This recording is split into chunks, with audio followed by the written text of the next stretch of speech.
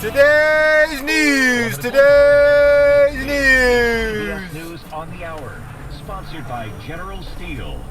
I'm Stacy Lynn in Washington.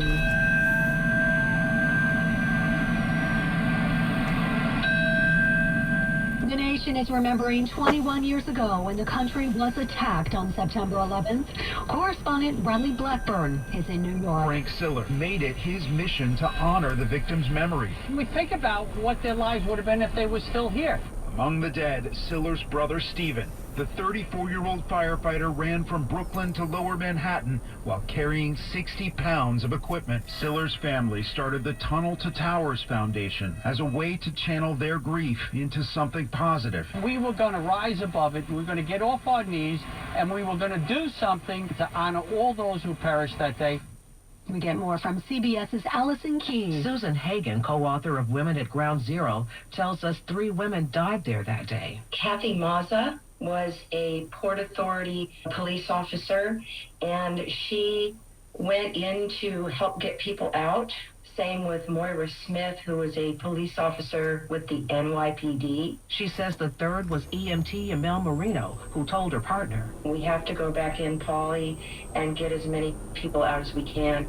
As the nation remembers those lives lost, there's word of possible plea deals involving the 5 people currently in jail for allegedly planning the attacks.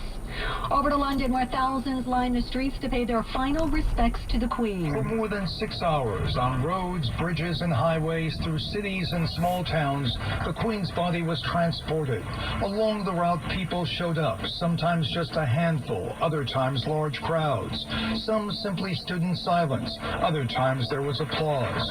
This woman once worked for the Queen. She wanted to pay a final farewell. It was quite poignant, but I'm glad I was here to see it. The Queen's body is now in Edinburgh. On Tuesday, it returns to Buckingham Palace.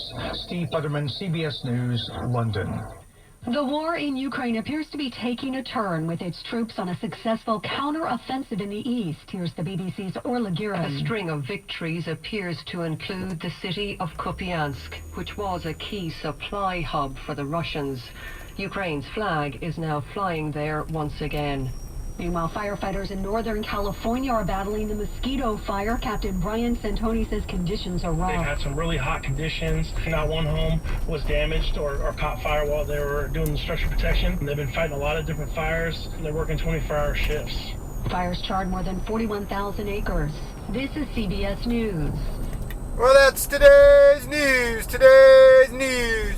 I didn't hear any good news, did you? I didn't think so. I guess it's all about perspective. The glass is half full. Well, as always, I want to thank you again for coming along with me on these Dash Cam News adventures. You know the drill. Peace, love, and all that hippie jazz. Bye-bye, everybody.